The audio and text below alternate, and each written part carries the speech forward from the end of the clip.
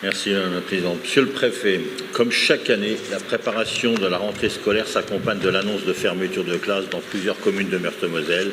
Et comme chaque année également, les élus locaux, les conseillers municipaux, les parents d'élèves et les collectivités concernées se mobilisent pour défendre leurs écoles.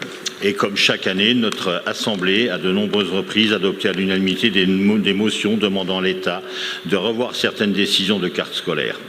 Et comme chaque année, force est de constater que ces prises de position, pourtant largement partagées par les élus de tout horizon politique, semblent avoir peu d'influence sur les arbitrages finalement retenus par l'Éducation nationale.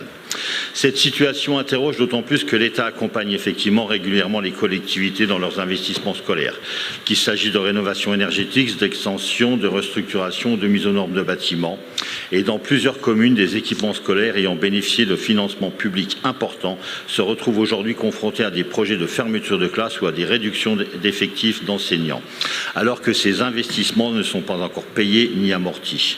Dans ce contexte, comment l'Éducation nationale prend-elle en compte les investissements publics réalisés par les collectivités et soutenus par l'État lorsqu'elle procède à ces arbitrages de cartes scolaires?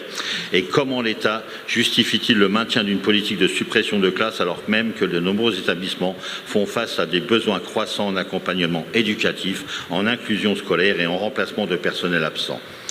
L'État considère-t-il comme acceptable que les économies réalisées sur les postes d'enseignants soient compensées par des charges qui continuent à peser sur les budgets de nos communes, notamment au travers du maintien des ATSEM et des dépenses de fonctionnement des écoles?